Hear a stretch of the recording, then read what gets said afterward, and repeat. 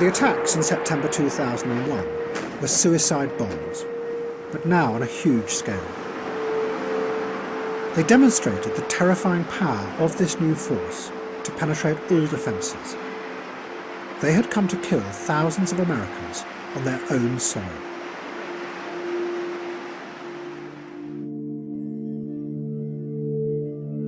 "20 years before, President Reagan had been confronted by the first suicide bombers.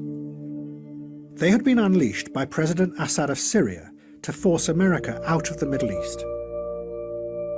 But rather than confront the complexity of Syria and Israel and the Palestinian problem, America had retreated and left Syria and suicide bombing to fester and mutate. They had gone instead for Colonel Gaddafi and turned him into an evil global terrorist. But in the process, this changed the way people saw and understood terrorism.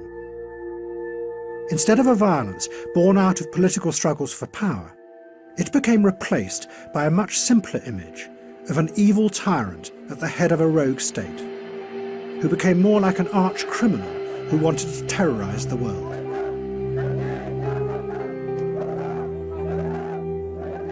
All the politics and power dropped away. The problem was just them and their evil personalities.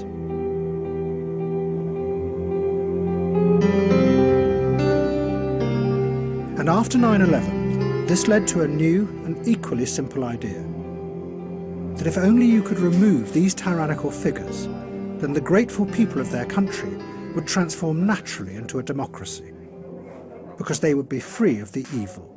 We owe it to the future of civilization not to allow the world's worst leaders to develop and deploy and therefore blackmail freedom-loving countries with the world's worst weapons. We know they've already got chemical and biological weapons there. We know that they're certainly doing their best to acquire nuclear weapons technology. If we allow them to do that and do nothing about it, then I think later generations will consider us deeply irresponsible.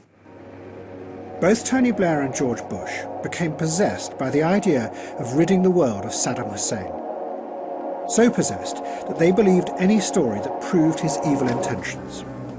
And the line